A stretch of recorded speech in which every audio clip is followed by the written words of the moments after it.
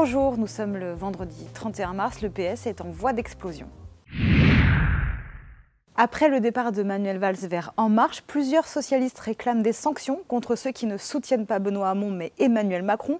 Ce sera l'objet du bureau national du parti qui se réunit lundi soir prochain.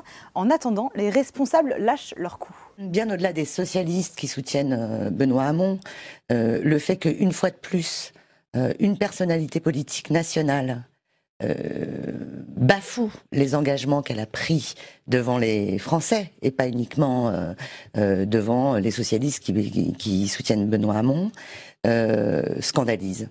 Voilà, c'est extraordinairement médiocre. Non-respect de la parole donnée. Oui, et donc ça nourrit une crise démocratique contre laquelle nous nous battons. Des réactions qui font sourire dans le camp d'Emmanuel Macron, où on estime que cette agressivité témoigne d'une certaine fébrilité.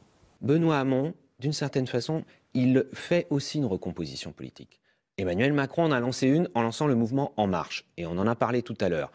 Benoît Hamon, lui, il en fait une, on va dire, à la gauche de la gauche, une gauche rouge-verte. C'est parfaitement son droit. C'est les électeurs qui trancheront. Alors, à quoi ça sert pourquoi ils n'ont rien d'autre à dire, tous les soutiens de Benoît Hamon, que des commentaires sur Manuel Valls, plutôt que de parler de leur projet, peut-être parce qu'ils sont un petit peu acculés, peut-être parce qu'ils sont un petit peu aux abois par rapport à ce qu'ils voient comme réaction dans la population. Y aura-t-il un débat entre les 11 candidats le 20 avril, 3 jours avant le premier tour? On fait le point avec notre spécialiste de la communication politique, Frédéric Latrobe. Jean-Luc Mélenchon et Emmanuel Macron ont évidemment raison de se méfier de ce débat à 3 jours du premier tour de la présidentielle.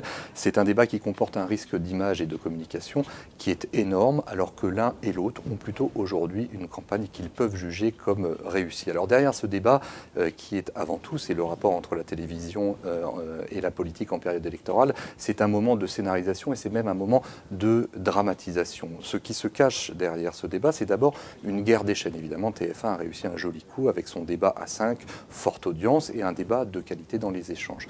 Le prochain, le 4 avril, aura lieu sur BFM.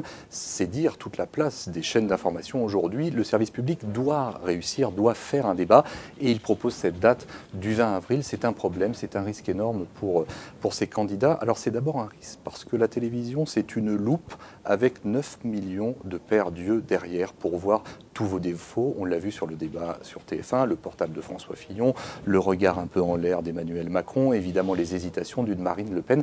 Donc il y a là un effet loupe qui est un énorme risque pour les candidats. Mais surtout un débat à 11 ne peut pas être un débat de qualité. On a vu la longueur de celui de TF1. D'ailleurs l'audimat a fini par décrocher aux alentours de minuit. Il est possible qu'à 11, ce débat ne soit pas un débat de conviction, mais un débat d'émotion.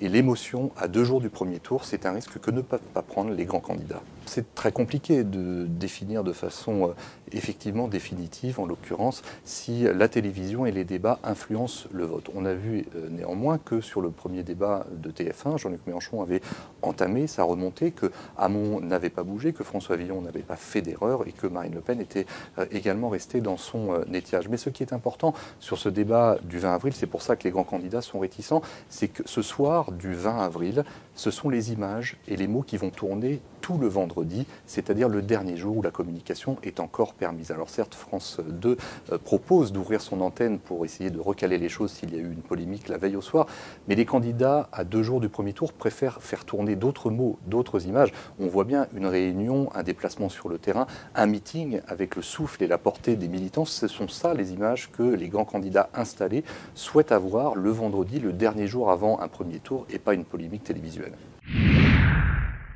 Benoît Hamon est dans l'Hérault, Nicolas Dupont-Aignan est à Nice, François Fillon est à Toulon, Jean-Luc Mélenchon est à Paris. Il présente ses propositions en matière de défense. Merci à tous de nous avoir suivis. On se retrouve lundi prochain.